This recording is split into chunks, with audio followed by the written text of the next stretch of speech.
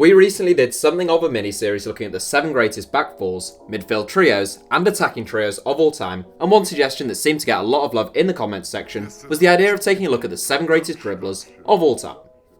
I quite liked the idea, and there's loads of other ideas we could explore should it be successful, such as the 7 greatest headers of a ball, the 7 greatest finishers, the best passers, and so on and so forth.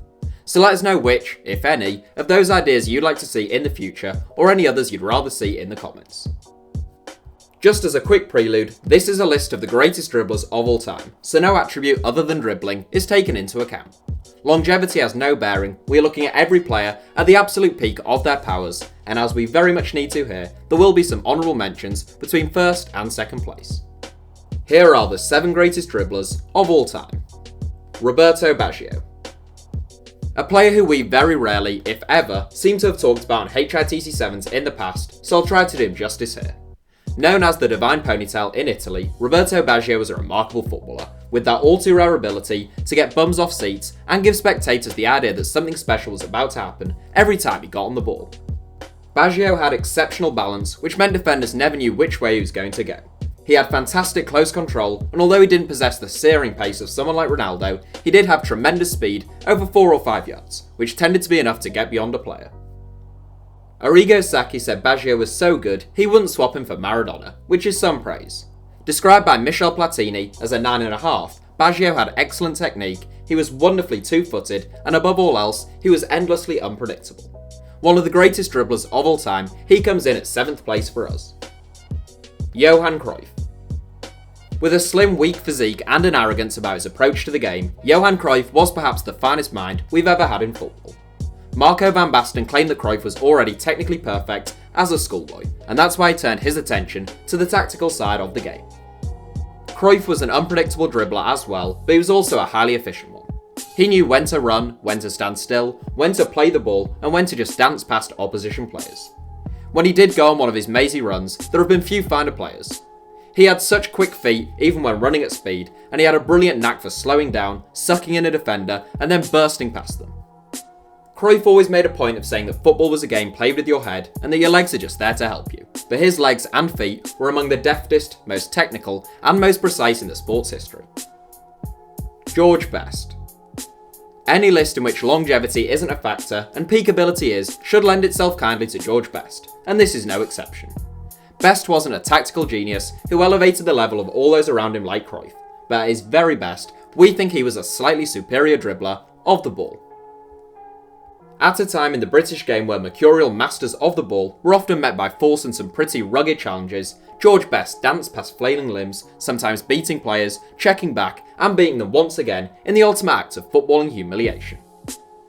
Football's great individualist, Best thought nothing of taking on and beating 4 players, and although his reluctance to bring others into the game could frustrate his teammates, at his very best, he could afford to do it. Best would sometimes hang onto the ball for so long, he'd end up in positions where you thought the opportunity had gone. But at that moment, he'd pull out an outrageous piece of skill, or the most audacious of chips, out of nowhere. Without doubt, he is one of the game's great dribblers, and he takes 5th place for us. Ronaldinho. Much of what we said about George Best is true of Ronaldinho as well. The Samba star also had a relatively brief period in which he got the best out of the ability he had, but when looking at peak performance, he was a special footballer. During the early to mid 2000s, Ronaldinho was just a joy to watch, and he put as much of a smile on any spectator's face as the enormous one typically brandished upon his. He played like a kid in the park, just a kid who happened to be the most technically gifted player in world football.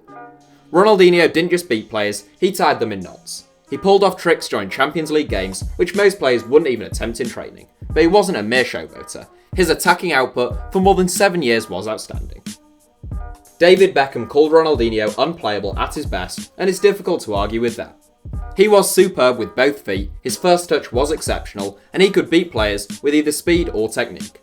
At his best, the 4th finest dribbler of all time in our eyes. Garrincha.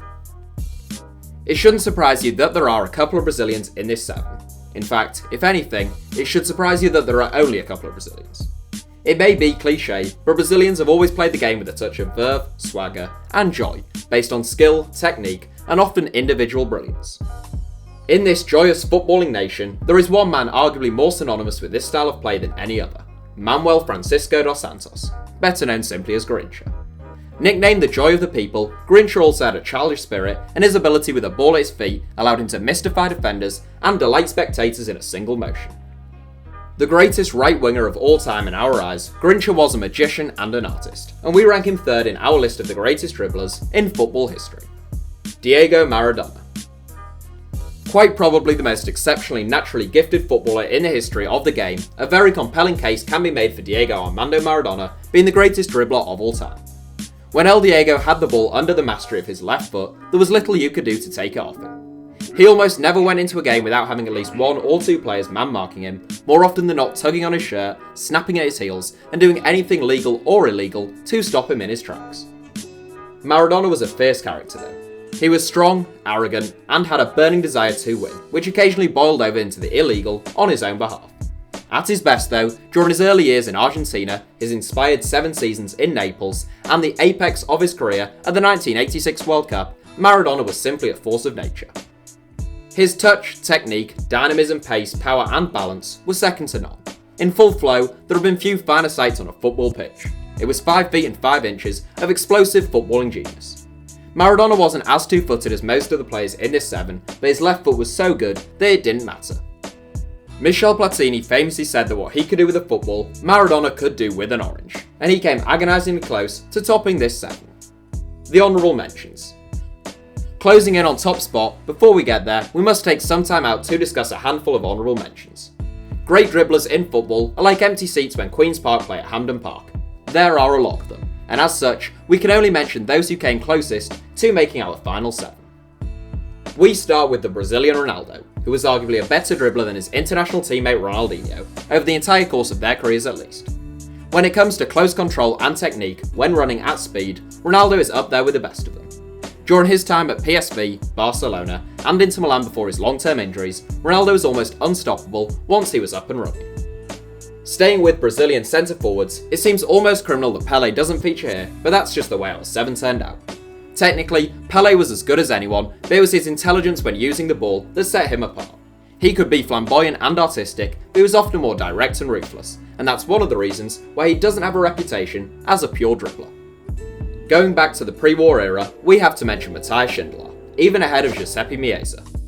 Nicknamed the Paperman, Schindler looked out of place in the 1930s, but his incredible technique made him stand out, and he's unfortunate to miss out here. Not long after Schindler, Stanley Matthews was the name on every football fan's lips, and the Staffordshire native wasn't nicknamed the Wizard of the Dribble for nothing.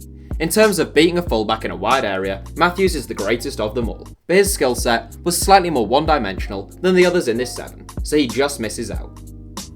Others who came close include the likes of Rivellino, Zico, Zinedine Zidane, Ariel Ortega, Tom Finney, Jairzinho, and JJ Okocha. As always, feel free to subscribe and let us know your suggestions and any future video ideas in the comments, but firstly, we come to top spot. Lionel Messi. I have made no secret of the fact that I consider Lionel Messi to be the greatest footballer of all time since setting up this channel almost 18 months ago, but does he deserve to top a 7 on purely the game's greatest dribblers? Undoubtedly, there will be those who say no. Messi is not a showboater, and other than in the early stages of his career at least, you rarely see him pulling off outlandish flicks or tricks similar to someone like Ronaldinho for example. But there is a good reason for that. Messi is the most effective footballer in the final third in the sport's history. Over the years, he has fine-tuned his game to make himself as efficient as possible. Therefore, he won't do 5 step-overs when only 1 is required. He won't take on 4 players if an incisive through ball is the best route to goal, and he won't hold onto the ball when a teammate is better placed than himself. However, Messi's dribbling, when called upon, is virtually faultless. His close control both on the spot or whilst running at pace is almost perfect. He is incredibly difficult to dispossess, and he too has that wonderful ability to suck players in, slow things down, and suddenly burst past them. It's that constant ability to have a change of speed and a change of direction which marks the truly great dribblers, and Messi is the greatest of all time. The only argument against Messi is the fact that Maradona was perhaps an equally as talented dribbler on much harsher surfaces. Although we'd give credence to that argument, it's not really something we can mark Messi down for. And, on the other hand, whilst Maradona was as good of a dribbler, he wasn't as intelligent or as efficient a dribbler as Messi, who takes this one for us. So that's it for our 7. Thanks for watching, feel free to subscribe and turn on notifications for more from us if you enjoyed the video, and you can now also follow us on Twitter for more ramblings from me. Our username is simply @HITC Sevens.